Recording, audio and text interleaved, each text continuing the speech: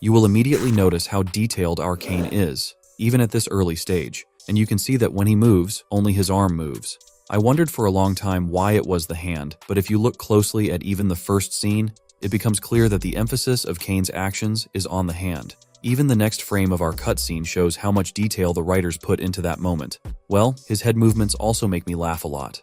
Remember the character's first introduction to Kaufmo? Just look at how detailed Kaufmo is. Every part of his body has been brought to perfection. But if you look at the original version, you can see that Kaufmo originally looked very different. He was smooth and had some colored spots instead of eyes. There's another interesting detail in this scene that we'll talk about in a few seconds. If you've guessed what I'm talking about, write about it in the comments. Take a closer look at Regatha's movements when she first saw Kaufmo. Her hands were certainly excited, but not enough to stand up. In the original version, the process of her surprise lasts longer than in the final version, and if you look closely at her hand, you can see that it's rising. But for some reason, that element was removed in the final cut. Let's go back to the scene where we meet Kane. We have frames from the original animation of this scene. You can see that Kane has already been created, but if you look closely at his eyes, they seem very strange. One of them is completely blue and the other one is 80% green. And imagine if our administrator still had those eyes. I think he'd be one of the worst characters in the digital circus, and while the heart looks real, the brain looks like used chewing gum. And also these shots prove that the scene with Kane was shot very first, because in the final version we see the territory inside the tent of the digital circus. But in the original version, at the time of the story about the circus, we see only the backstage. Now let's take a short break from the video and talk about the various cursed photos that we have accumulated a huge amount of. The first one I want to talk about is Pomni. And this photo perfectly demonstrates the imperfection of the animation in the early stages. Or maybe this photo was shown to use on purpose? Look at the horror of the face in this photo. And the next leak is just as interesting. There are several theories about these unfortunate Pomni shots. Maybe it's just a bad shot during the animation of this scene, but it's not that simple. Like I said, I'm working on several projects at once. Even though Gooseworx told us that they didn't start work on the second episode until after the pilot was released, I don't really believe that. Maybe this is footage of a scene from the new episode, and if that is true, imagine what horrible events they could show us in the future. I mean, for a character to have that creepy grimace on his face would take a lot of effort. What happened to Jax's face? At this point, his eye is attached to his teeth and it looks very creepy, and his face in general leaves a lot to be desired. We also get to see the original version of Jax in this scene. You can see that it was already the final part of the animation preparation. But what interests me the most is this photo. The authors themselves prove that this scene was recreated from an old but very famous meme with a girl and a burning house. Is this just a reference, or does this leak prove something much more important? The girl is very aware of the horror happening around her, but she remains completely calm. And also in her background is a burning house, which even if they can put it out, it will not be the same. And now, look who we have in the shape of the burning house. It's our crazy Kinger. Perhaps this is a warning to us that the next abstracted will be this strange chess piece, and even his condition speaks for it. Because even though he has a huge fan base around him that loves and protects him, he is the main candidate for abstraction in the next episode because his mental state is at a critical point that is very easy to cross. And this is just a funny shot of Gangle with her body split in two for some reason. But I'm pretty sure that's just a bad shot of that scene. I can't even explain what's going on in this shot. It's just that Jax has turned into a very strange creature. And the next picture makes us think that Jax is a secret agent of Kane, and all his actions are just orders from our administrator, and all this construction around Jax's face was made so that he could observe all the characters. Of course it's a joke because you can see that all these strange shapes match the different elements of Jax's face and are just the original landmarks of the mouth, eyes, and everything else. Let's take a break from the photos and go into some very interesting details about some of the scenes. Probably the most frequent guest of this video is the welcome scene that introduces us to Kane and the circus in general. So I have footage from different angles of that scene. Welcome to the amazing digital circus! My name is Kane, I'm your ringmaster, and I'm here to show you the most jaw-dropping, heart-stopping, mind-bending paraphernalia you've ever laid your eyes upon! Isn't that right, Bubble? That's right, Kane! I can't wait to see what you've got cooking up for today! Well, let's not waste any time! Also, I think a lot of people will be interested to see the creation of this scene and the interaction of the characters from different angles. We found the Zooble hole! Cool. How is Kaufmo doing? I hope he's not still mad at me for not laughing at his jokes. Oh, he's doing great. In fact, I don't think I've ever seen him this happy before. Well, it's good to know he hasn't completely lost his mind. He actually asked me to give you this. Whoa! These leaks show the animation of our characters' movements. Not just the characters, but the abstracted monsters themselves. And I have to tell you, I'm really surprised at how good it all looked even in the original version. And when you look at the same monsters in the final version, you can only applaud the animators of the digital circus. And the Dancing Kinger is the icing on the cake. I just enjoy watching the process. Remember the teaser where Kane showed us the various aspects of the digital circus? It would be a crime not to get it. In the first shot, we see the main part of the circus tent, which contains the castle, balconies, various structures, and of course the staircase that leads us to the mysterious room. We are also shown a very strange room that contains pipes, or what is it? I'll leave it up to you. Write in the comments what you think it is. We are also shown a cellar with a strange black liquid floating on the floor. Could it be water or oil? Lol, of course not. I think this liquid drains the power of our abstracted monsters, forcing them to stay in this basement for the rest of their lives. And we can't do without a dormitory either, but this monster's arm doesn't look much like the one we saw in Kaufmo. I also found a funny leak of Ragatha's face on the internet, if I may say so, because this concept art makes us laugh. But if we think more globally, this leak actually proves to us that there is nothing inside each of the characters. No organs, no tissues, no fluids of any kind. They're just digital shells, but where is their consciousness stored? In one of the images, we see a gangle room or a communal toilet. It's hard to say, because on one side we see a sink and a toilet, but then why are there broken funny masks of Gangle hanging around? But if this is her room, why does she need a toilet? Because it's obvious to everyone that she doesn't have a body. Instead, she's just a tape. And why would you need a toilet in a room where even the food is digital? As you can see, this leak has left many questions and few answers. But the main thing here is the number of broken Gangle masks. There are 8 of them in total, but it's strange that some broken halves are far away from each other. This means that Gangle doesn't have 2 masks, as everyone thought before, but many more. But what I'm about to say will surprise you. It's actually very strange that only the funny masks break, while the sad mask is always intact. Maybe this sad mask is not a mask at all, but Gangle's real face, but the happy masks are the only thing that can cheer her up. Unfortunately, they are very fragile and break at the slightest bump. Now let's talk about the digital circus itself. On one of the leaks, we were shown a map of the area around the circus. You can see a huge lake with a yacht, and next to the circus itself, there is an amusement park. Maybe in the future, in one of the episodes, we will show scenes that take place in these places. On this map, you can also see a small wooden building that they are trying very hard to hide from us. I assume that this building is nothing but the mysterious restaurant where Kane and Bubble spent their time, or it is a so-called hotel where the mannequins live, waiting for their moment to become a new inhabitant of the digital circus. Were we really shown some cutscenes from this so-called trailer of the new episode? Recently, one of the animators of the amazing digital circus showed us some of the cutscenes and so-called behind the scenes, and I was very surprised to see how interesting the new episode was. Let me show you all these scenes, and we will analyze and look at each of them together. And the first scene is the very beginning of this trailer. Remember how Pomni is sleeping at first, and then Kane brutally wakes up our girl. After that, there was a very interesting conversation between them, and just this process of this conversation and showed us one of the animators.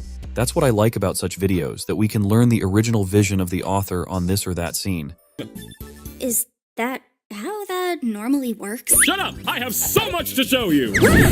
Your little crying face left quite the little crying mark on the internet. Even here, we can see that in the original version of the room, Pomni looked quite different than in the final scene.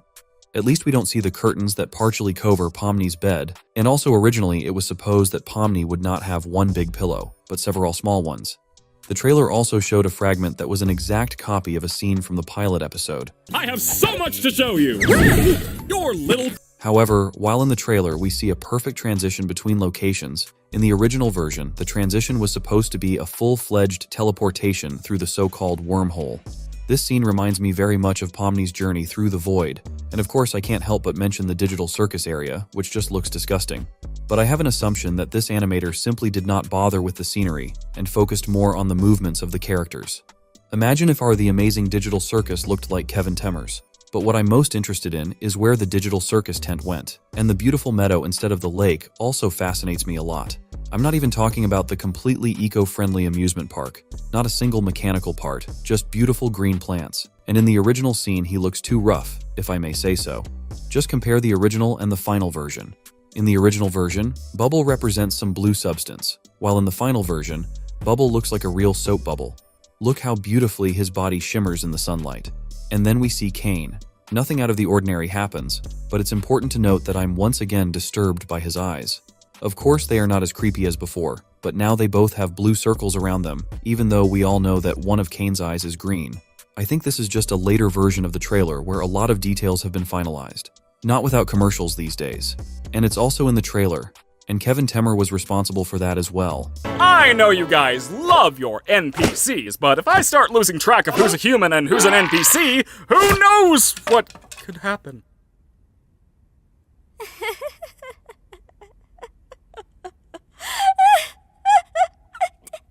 Well, I'm gonna go drink water. It's been a while since I've done that. And immediately we were shown that initially the creators make all the characters because all the environment around them is a gray background. And if you look at the models of Kane and Pomni, you can immediately realize that they are far from ideal. Pomni doesn't have any lightening and darkening yet, while Kane's eyes look very creepy as usual. And since no color work has been done yet, Pomni's panic attack scene looks twice as scary as it did in the second episode. Many people also expressed their satisfaction with the perfect movements of Fudge Monster and how well the creators did with the fluid movements in that moment. I am the Fudge. I used to live within the kingdom walls, but I was banished by that rotten princess after I ate too many of the delicious townfolk. Oh, they were so delicious. Sometimes I can hear them calling to me. Again, as in the previous scene, except for the liquid in which Fudge is floating and the truck with the characters, nothing else is done. And the monster itself, even though it looks very close to what was shown in the new episode, still many details that greatly affect the evaluation of the work were not ready yet. For example, all of Fudge's movements that we see in the second episode were already ready, but their smoothness was finalized. About color correction I will not repeat for the second time, but about the monster itself, I will say a few more words. We can see that originally the teeth were a little different color, and in the eyes we still do not see a lot of circles as in the final version. One of the most touching scenes in the new episode is the first meeting of Pomni and Gummigoo, as a result of which Gummigoo, from the main anti-hero of the episode, turns into a very upset alligator whose world is completely turned upside down, because he learned that all his life and memories are just an illusion that Kane invented. Why are you trying to cheer me up? How does this benefit you at all? I guess I just don't want you to feel like you're nothing. I don't want anybody to feel like that. But I'm not even a real person. Would I even belong? I'm sure you wouldn't belong any less than me. And I could use a friend. And here we can already see a more pleasant image behind our characters. If in the previous scenes we saw only a gray background and incomprehensible blurring, in this scene there is an outline of the backstage in which Pomni and Gummigoo are caught. And from this, we can assume that this moment was animated near the middle of the whole process of creating a new episode. Since Pomni has been in development for a long time, it's obvious that Kevin Temmer and the rest of the animators have already had her model for a long time, and it's perfectly visible against the background of Gummigoo, who is still just an outline of the character, and his body is just gray. And also this scene shows the quality of the creator's approach to the second episode, because the interesting color correction in the final version makes me give them a standing ovation, especially considering how it all started. Now let's move on to the scene where Pomni hangs between two trucks and can't hold on, while Jax prepares to shoot. Here it is. All right, Pomni, you just stay like that and I'll cross over. Are you kidding me? Nice going, Pomni. Now I have no bridge. And here we already realize that at this point, the creators are closest to the final part of creating animation, because there are already present at least some colors, in addition to those that we see in the characters. And also note that the body of Pomni is no longer a classic fill, but has lightning. I also find it amusing that many characters in the intermediate version have very strange eyes. Also funny is Jax's weapon, which was originally green and Kevin Temmer got a bachelor's degree for it. And if you look at this scene in more detail, it gets a little creepy to realize how such movements came to be in his head. And now, we're back to Pomni and Gummigoo. I don't know. We're somewhere under the map, I think. Map? Why aren't you or any of your crew up here? I'm not sure. Because we're not, NPCs? NPCs? What are you on about? What are you people? And this scene finally confused me, because in the previous similar scene we saw outlines of locations, and here, all this is not. but most likely Kevin Temmer in this way wanted to show us different stages of the process of creating animation. Because here Gummigoo, although far from ideal, but still has at least some color and separation into light and shadows. And now we move to the most visual scene that showed us the preparation for the eulogy on Kaufmo, in which took part absolutely all characters except Jax. And very soon I will make a video about this rabbit and tell you why he is the one on whom you should not be a fan. And in fact, it is Jax who can set everyone up at the most crucial moment. And if in the pilot episode it was not so obvious, the second episode proved it to us 100%. And now back to the scene. Got everything ready.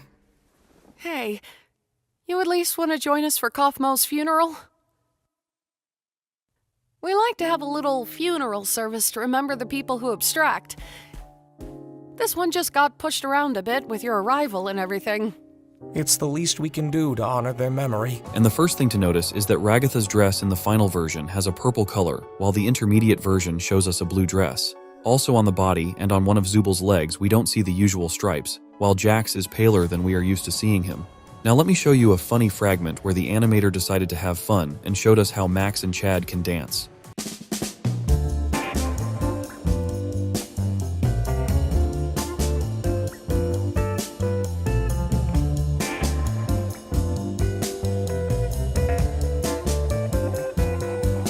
We didn't see much useful here, but already here we realized that Gummigoo was the main priority, because his body against the background of other alligators remained gray, which means that his final model was left at the end in order to make maximum efforts to achieve the best result. Today, we have already talked about Fudge Monster, and now let's see how the creators worked on his movements.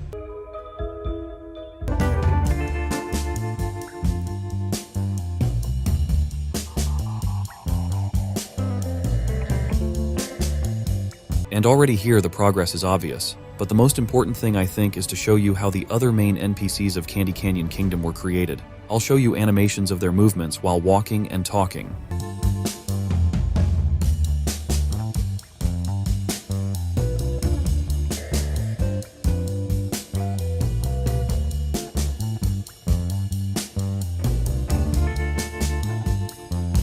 Let's talk about the rest of the NPCs. I think that many of you noticed that in the pilot episode, the dummies were creatures that were concentrated in one place, and some of them even tried to kill Pomni. While in the second episode, many of them are very friendly characters despite the fact that one of them pushed Gangle during the release of Princess Lululalu, and we were shown all the animations of their movements.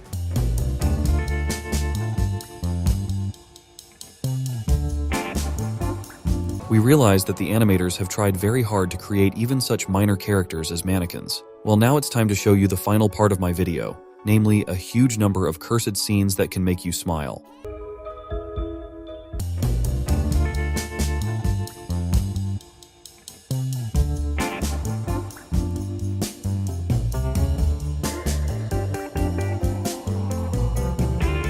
Write in the comments which of these scenes you like the most. Well, this is the end of our video, and I want to wish you a good day and patience while waiting for the next episode.